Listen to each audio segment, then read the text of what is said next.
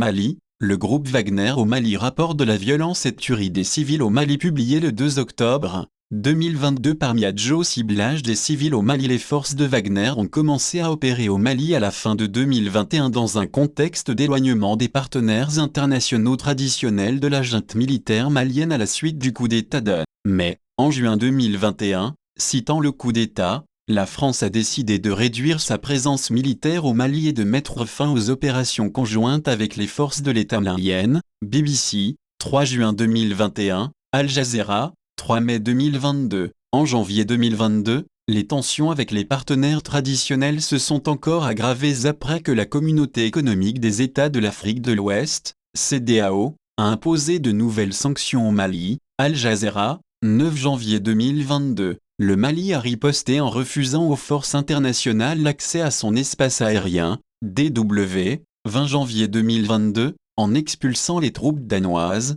Al Jazeera, 27 janvier 2022, Agence Anadolu, 21 janvier 2022, et en expulsant l'ambassadeur de France au Mali. Reuters, 31 janvier 2022. La France a annoncé le retrait des forces en février 2022 avant que le Mali n'annonce début mai qu'il se retirerait des accords de défense à long terme avec la France. France 24, 17 février 2022, 3 mai 2022. L'abandon par le Mali des partenaires de sécurité traditionnels a également coïncidé avec une décision de l'armée malienne, FAMA, d'intensifier les opérations contre les militants islamistes.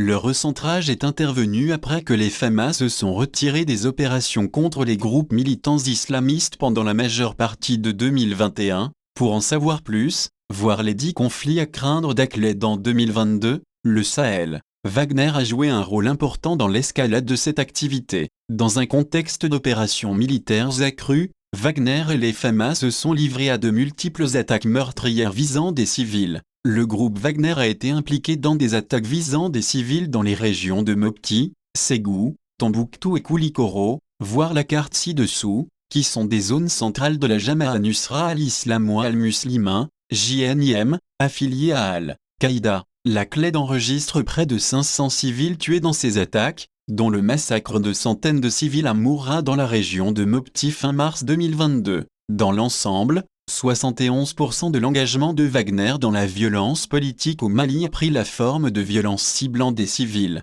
Les forces gouvernementales maliennes ont régulièrement attaqué des civils depuis le début de la crise. Cependant, la distinction entre civils et combattants est de plus en plus floue lors des opérations entre les FAMA et Wagner, comme en témoigne le massacre de plusieurs jours à Moura et plusieurs autres événements. Les autorités de transition du Mali tentent de créer un nouvel ensemble de faits sur le terrain au milieu d'attaques aveugles contre des civils. Le récit qu'ils ont développé est centré sur la montée en puissance des FAMA, exprimée dans des déclarations de succès contre militants sans précédent. Le Monde, 3 mars 2022. Les FAMA affirment le respect des droits de l'homme et du droit international humanitaire tout en niant systématiquement les allégations fréquentes selon lesquelles des civils auraient été pris pour cible. France 24, 31 mai 2022. Les allégations d'abus et d'exécutions sommaires sont régulièrement rejetées comme fausses ou comme faisant partie d'une guerre de désinformation contre le Mali. Au contraire, la désinformation est montée en flèche avec l'arrivée de partenaires russes.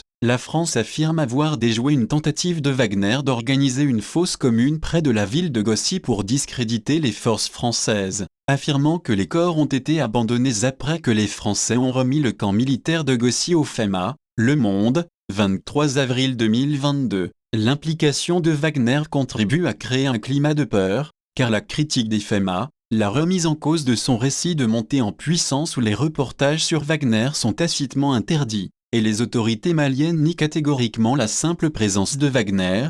RFI, 21 avril 2022. En plus d'affecter négativement la dynamique des conflits et d'influencer l'environnement de l'information, Wagner a également introduit des tactiques qui n'étaient pas utilisées auparavant par les forces gouvernementales maliennes et leurs alliés. Par exemple, en mai 2022, la Cled enregistre le premier incident au cours duquel les FAMA et Wagner ont utilisé des pièges dans la région centrale de Mopti. Cela reflète le comportement antérieur en RCA et en Libye.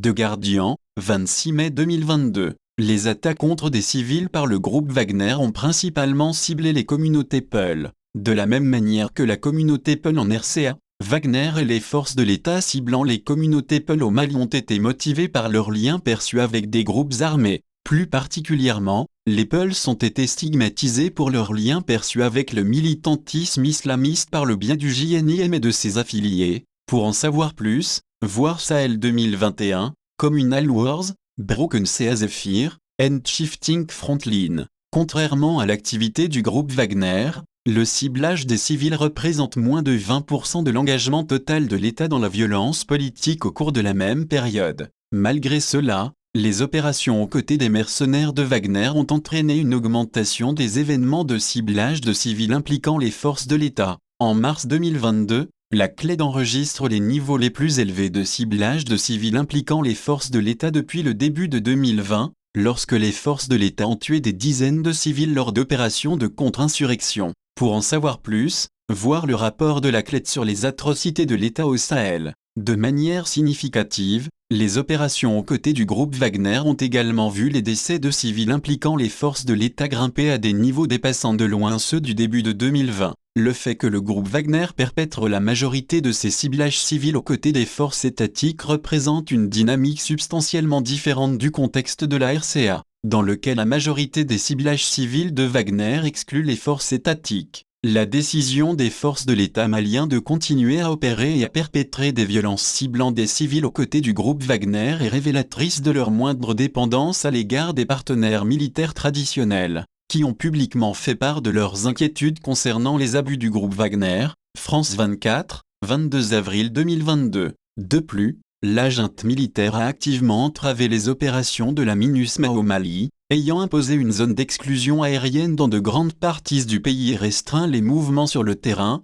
Africaine Air, 20 mai 2022. Les événements récents peuvent également indiquer une nouvelle tendance potentiellement inquiétante, l'engagement de Wagner dans le ciblage des civils indépendamment des forces de l'État. Le 3 mai, les forces de Wagner opérant indépendamment des forces de l'État ont attaqué le village touareg de Lougui à Ségou, pillé le marché et saisi des biens. Une semaine plus tard, le 10 mai, des mercenaires de Wagner enlèvent 5 personnes au marché de Hombori dans la région de Moti. Reste à savoir si de tels événements se généraliseront, comme cela a été le cas en RCA. Une chose est claire, l'empreinte des mercenaires russes au Mali se développe rapidement car Wagner a établi des bases ou une présence permanente dans plusieurs régions du centre et du nord du pays. Ils ont également mené leurs premières opérations dans les régions septentrionales de Gao et Menakatouitera-Julesdl, 24 juillet 2022. Jusqu'à présent, cependant, ils semblent mener ces opérations avec plus de retenue que ce qui est observé dans les régions centrales du Mali. Travailler de la Tserwa.